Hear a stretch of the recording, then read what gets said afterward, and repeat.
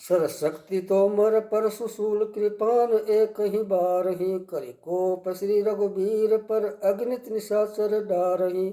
प्रभु निमिष महुर पुसर तिवारी पचार डारे सहायका। दस दस बिसिख उर्माज मारे सकल निशिचर नायका। अनगिनत राक्षस क्रोध करके बाण शक्ति तोमर फरसा शूल और कृपाण एक ही बार में श्री रघुवीर पर छोड़ने लगे। प्रभु ने पल भर में शत्रुओं के बाणों को काट कर ललकार कर उन पर अपने बाण छोड़े। सब राक्षस सेनापतियों के हृदय में 10-10 बाण मारे। मही परत उठी भटत भिरत मरत न करत माया अति घनी। सुर डरत 14 सहस प्रेत बिलोक एक अवध धनी। सुर मुनि सब प्रभु देख माया नाथ अति को तुक करो। देखई परस्पर राम करि संग्राम रिक्त जलरी मरो। योद्धा पृथ्वी पर गिर पड़ते हैं फिर उठकर भिड़ते हैं, मरते नहीं। भूत प्रकार की अतिशय माया रचते हैं। देवता यह देखकर डरते हैं कि प्रेत राक्षस 14,000 हैं और अयोध्या नाथ श्री राम जी अकेले हैं। देवता और मुनियों के भय को भयभीत देखकर माया के स्वामी प्रभु ने एक बड़ा कौतुक किया, जिससे शत्रुओं की सेना एक दूसरे को राम रूप देखने लगी और आपस में युद्ध करके लड़ मरे। राम राम कही तजहि पावई पद निर्वाण। करि उपाय रिपु मारे छन महु कृपा निधान।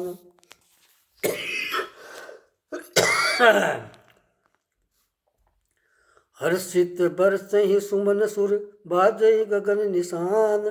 स्तुति करि करि सब चले शोभित विविध विमान। जब रघुनाथ समर रिपु जीते सुर नर मुनि सब भय के प्रीते। तब लक्ष्मण सीतैले आए प्रभु पद परत हर्ष उर लाए। सीता चितव श्याम मृदु गाता परम प्रेम लोचन न अघाता।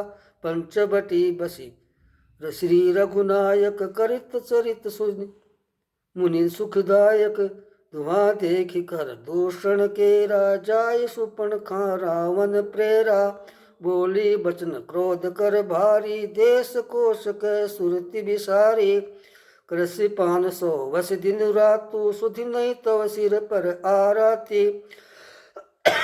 राजनीति बिनु धन बिनु धर्मा हरि समय बिनु सत कर्मा। विद्या बिनु विवेक उपजाए श्रम फल पढ़े किए अरु पाए।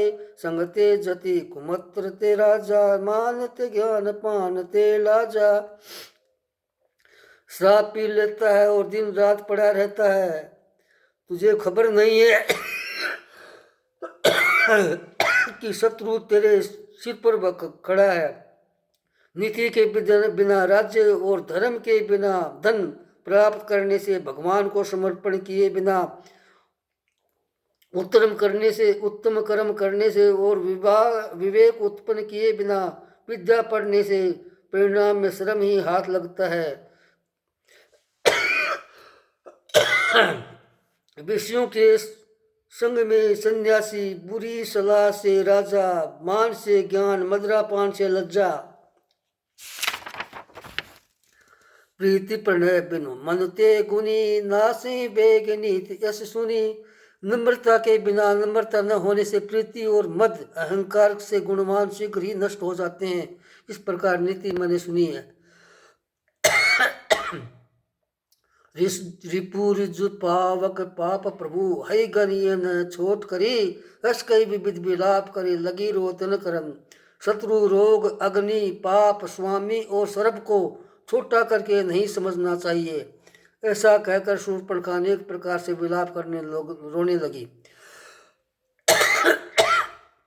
सभा माज परि व्याकुल भू प्रकार कह रोय। तोय जियत 10 कंदर मोरी की असगति होय। रावण की सभा के बीच वह व्याकुल होकर गिर पड़ी। भूत प्रकार से रो रो कर कह रही है कि अरे दशग्रीव, तेरे जीते जी मेरी क्या ये दशा होनी थी चाहिए।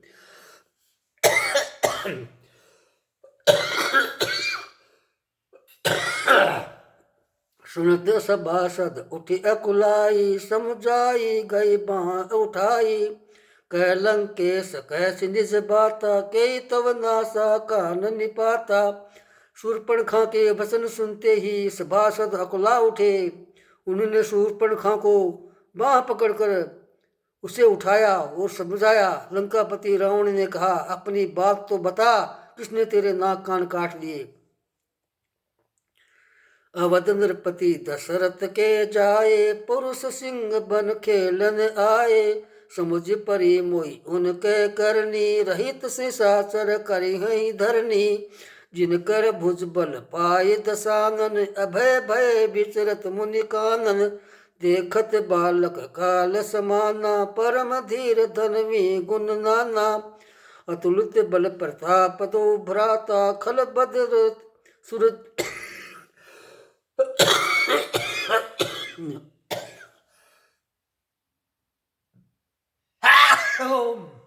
अतुलित बल प्रताप दो भ्राता, खल बदरत सुर मुनि सुखदाता। शोभा धाम राम अस नामा, तिनके संग नारी एक श्यामा।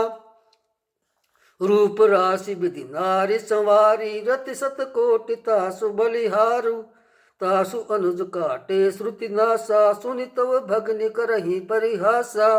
खर दूषण सुनि लागे पुकारा, छन मऊ सकल कटक उन मारा। खर दूषण तिरसा कर घाता, सुनि दस शीस अरे जरे सब घाटा।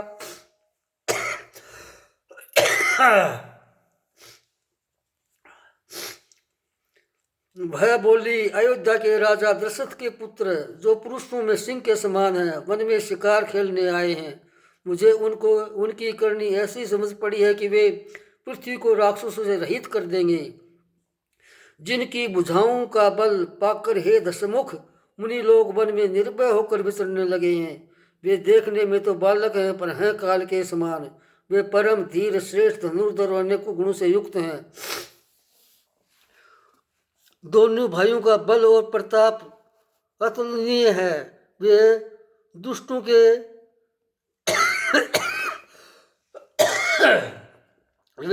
के वध करने में लगे हैं और देवता तथा मुनियों से सुख देने लगे वाले हैं। वे शोभा के धाम है, राम ऐसा उनका नाम है। उनके साथ एक लक्ष्य तरुणी सुंदरी स्त्री भी है।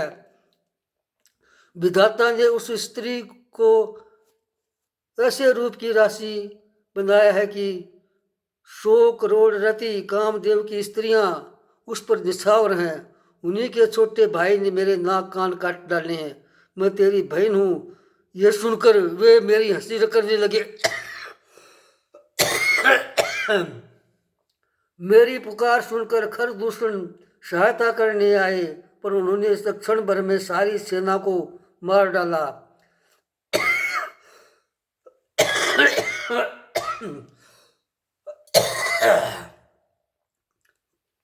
खरदूषण और तीसरा का वध सुनकर रावण के सारे अंग जल उठे। सुपनखई समझाय करी बोल, बल बोल ऐसी बहुभांति। गयो भवन अति सोच बस, नींद परी नहीं राती। उसने शूर्पणखा को समझाकर भूत प्रकार से अपने बल का बखान किया, किंतु मन में वह अत्यंत चिंतावश होकर अपने महल में गया। उसे रात भर नींद नहीं पड़ी।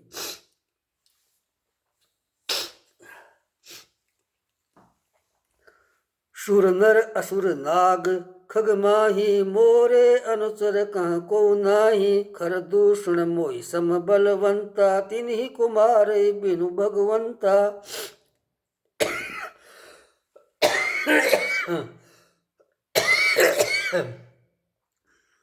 वह मन ही मन विचार करने लगा, देवता, मनुष्य, असुर, नाग और पक्षियों में कोई ऐसा नहीं जो मेरे सेवक को भी पा सके। खरदूषण तो मेरे ही समान बलवान थे।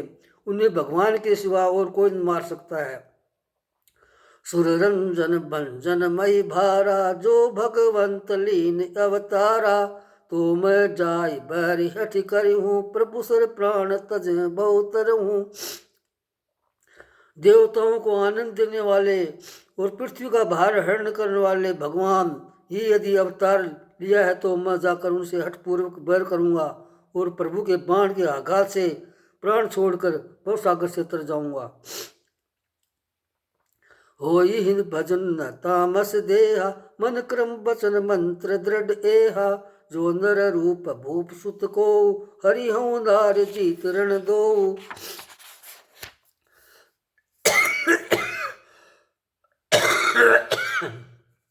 इस तामस शरीर से भजन तो होगा नहीं, अतएव मन वचन और कर्म से यही दृढ़ निश्चय है। और यदि वे मनुष्य रूप कोई राजकुमार होंगे तो उन दोनों को रण में जीत कर उसकी स्त्री को हर लूंगा। चला अकेले जान चढ़ितवा, बस मारी च सिंधु तट जवा, यहाँ राम जस गुगति बनाई, सुनु उमा सो कथा सुहाई। यूं विचार कर रावण रथ पर चढ़कर अकेला ही वहां चला जहां समुद्र के तट पर मारिच रहता था।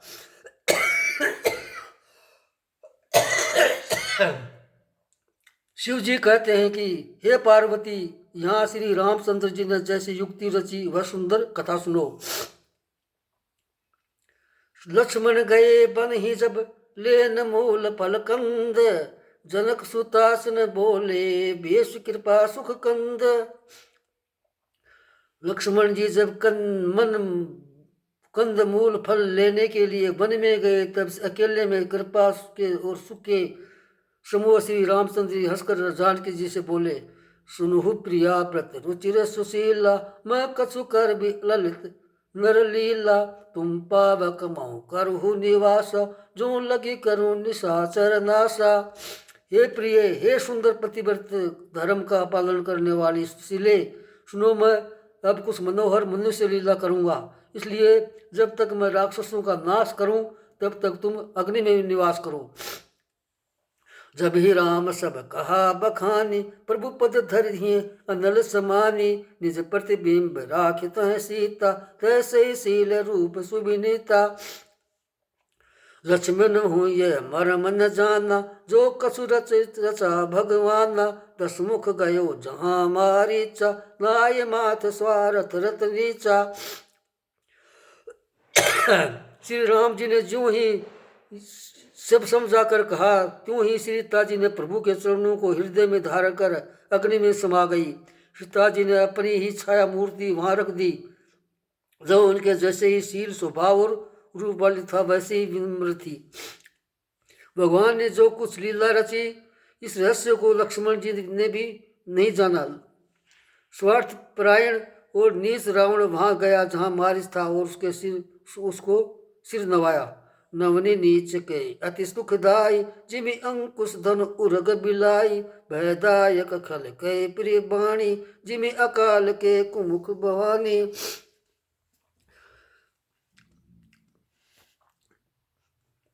नीच का झुकना नम्रता भी अत्यंत दुखदायी होता है, जैसे अंकुश धनुष सांप और बिल्ली का झुकना। हे भवानी, दुष्ट की मीठी वाणी भी उसी प्रकार भय देने वाली होती है जैसे बिना ऋतु के फूल। कर पूजा मारीच तब सादर पूछी बात, कवन हेतु मन व्यक्र अति अक्सर आय उतात। तब मारिच ने उसकी पूजा करके आदरपूर्वक बात पूछी, हे तात, आपका मन किस कारण इतना अधिक व्यग्र है और आप अकेले आए हैं।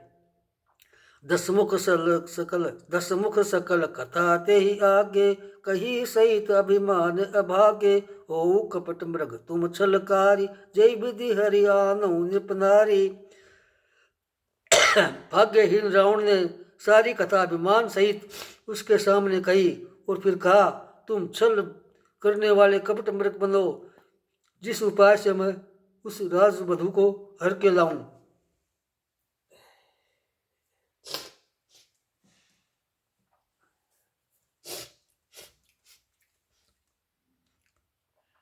ते पुनि कहा सुनो दस शीसा, ते नर रूप सरासर ईसा, तासु तात भैरु नहीं कीजे, मारे मरिय जियाए जीजे।